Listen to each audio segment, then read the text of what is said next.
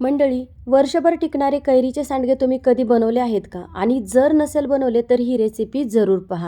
आणि आपण नेहमीच कैरीचे लोणचे, कैरीची चटणी बनवत असतो. नवीन पदार्थ म्हणून मी ही रेसिपी तुमच्यासोबत शेअर केलेली आहे.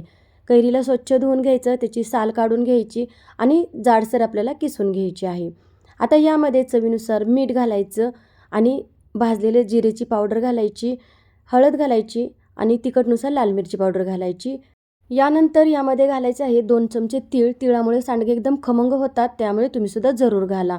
आता यामध्ये घालायचे आहेत पोहे. जे कांदे पोहे आपण नाश्त्यासाठी बनवतो तेच घालायचे आहेत. आणि जर तुमच्याकडे पातळ पोहे असतील ते सुद्धा तुम्ही घालू शकता.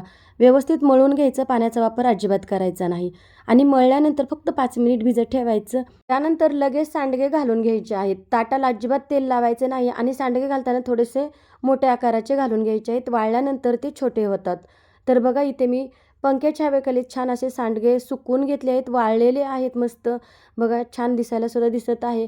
आणि हे सांडगे तुम्ही तळून खाऊ शकता, भाजून खाऊ शकता आणि वर्षभर हे सांडगे तुम्ही जेवताना खाऊ शकता, तोंडी लावू शकता. मस्त असे हे वर्षभर टिकणारे कैरीचे सांडगे तयार झाले आहे. नक्की करून पहा.